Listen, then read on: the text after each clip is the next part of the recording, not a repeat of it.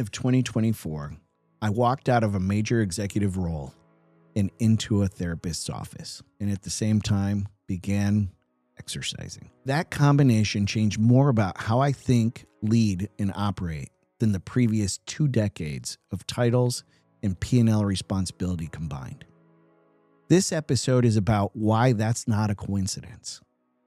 Welcome to Talk with Chip. I'm Chip Carlson. If you're new here, I have spent 30 years working across the automotive industry, from manufacturing to distribution to big box retail, for private companies as well as public companies, operations that have spanned Canada, the United States, Mexico, and across all of Latin America. I've sat at a lot of executive tables. I've made decisions that cost companies money, and I've made decisions that made them a lot of money. I've watched talented people get promoted into leadership roles and struggle in ways they never expected. And I've been one of those people as well. This show exists because of what I learned and because of what I didn't learn in the 30 years of doing this work. Here's the thing about 30 years in business. You accumulate a tremendous amount of experience. You develop instincts. You learn to read rooms, read numbers, read people. You develop what I'd call a certain confidence, sometimes well-earned and sometimes not.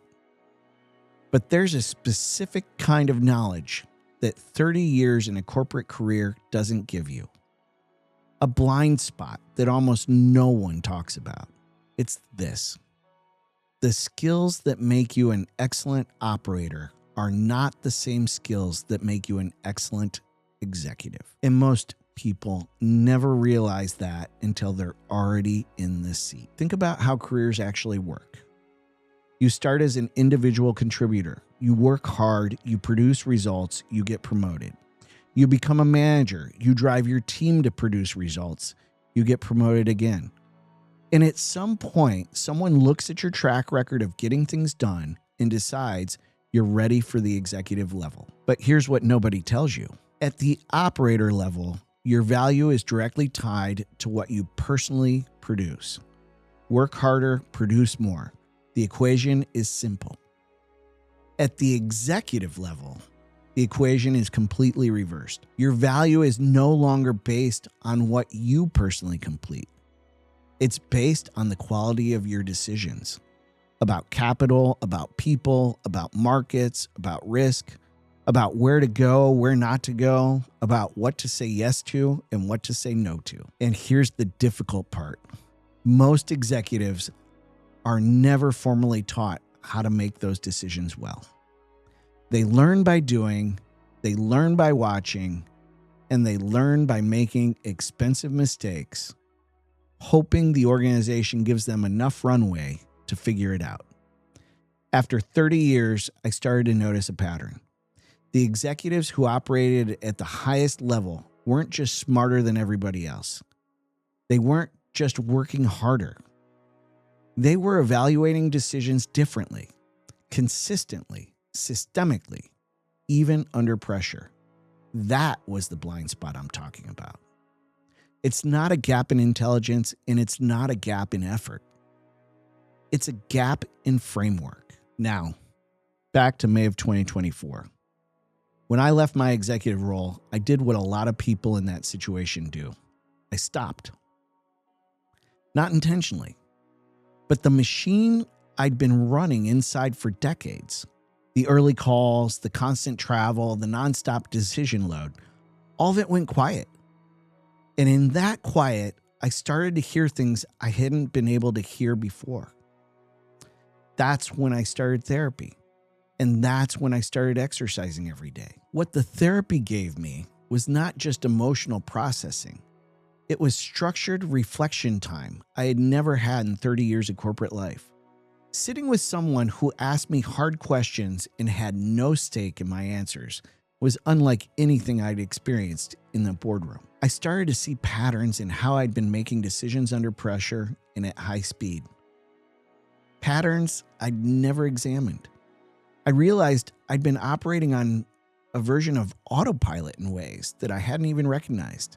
And some of those patterns were working against me. Introducing the exercise also dramatically helped me. At first, it was the sleep, then the energy, Then something harder to name, a quality of clarity and patience in how I was thinking. After about 4 weeks, I noticed I was making decisions differently, more slowly, more deliberately, with more perspective. Now, this is not a wellness story. This is a performance story. The inputs to executive performance: sleep, physical capacity, mental clarity, emotional regulation. These are not soft variables. They are operating conditions. For a year and a half, I was religious in my exercise and therapy, never missing a day. And about 4.5 months ago, I decided to give my body a break for a week.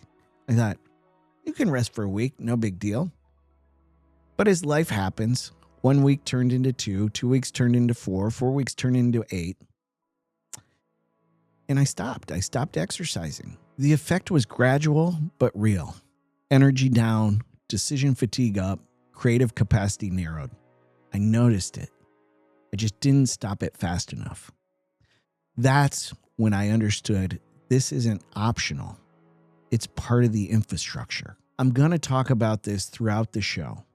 Not because it's trendy, not because this is a lifestyle brand, but because I've lived both sides of the equation, and the difference is not subtle. A leader who is physically and mentally depleted is not operating at full capacity. And no framework, no matter how good, can compensate for a degraded operating system. That's what I call leadership performance capacity. And it's one of the core pillars of everything we're going to explore together. Over 30 years, I began noticing something consistent about the executives who performed at the highest level. The decisions they made well about strategy, the people, the markets, the risk, they were evaluating those decisions through a consistent set of lenses.